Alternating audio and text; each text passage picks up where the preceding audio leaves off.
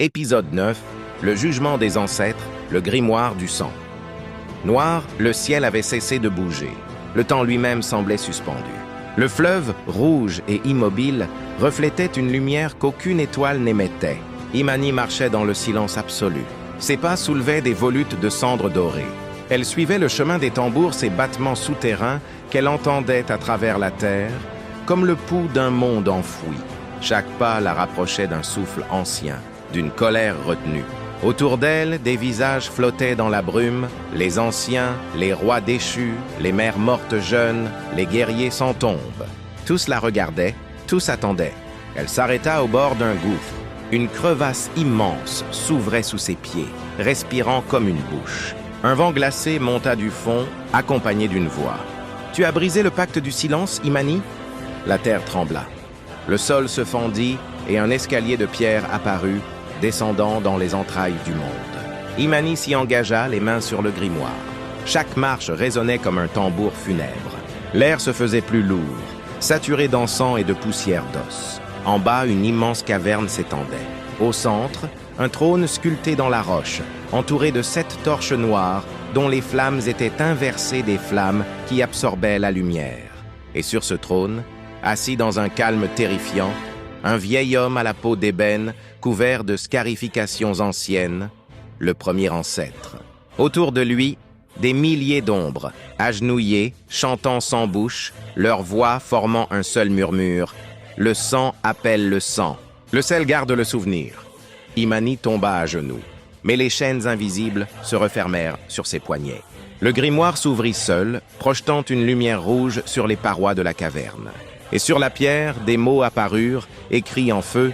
Le livre ne juge pas. Il rappelle. Le premier ancêtre leva la main. Les torches s'éteignirent. Une obscurité totale, vivante, s'abattit sur la salle.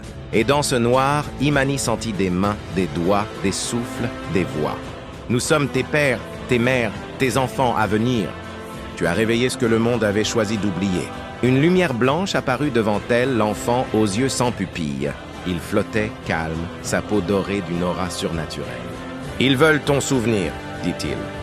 Car tout ce que tu as appris doit retourner à la terre. » Imani trembla.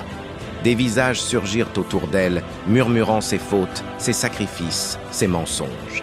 Elle hurla, mais son cri se transforma en chant. Alors, le trône s'illumina. Le premier ancêtre se leva et sa voix emplit tout l'espace. « Imani, fille du feu et du sel, gardienne des portes, le livre t'a choisi, mais le monde t'a trahi.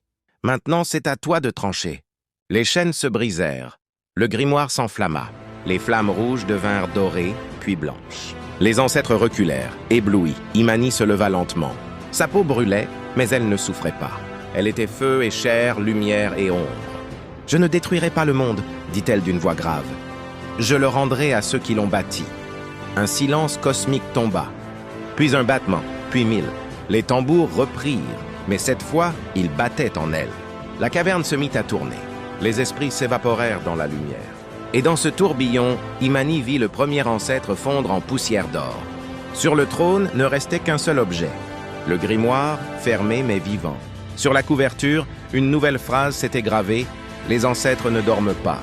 Ils attendent que leurs enfants se souviennent. » Imani posa la main dessus, et dans le silence revenu, un sourire apparut sur son visage.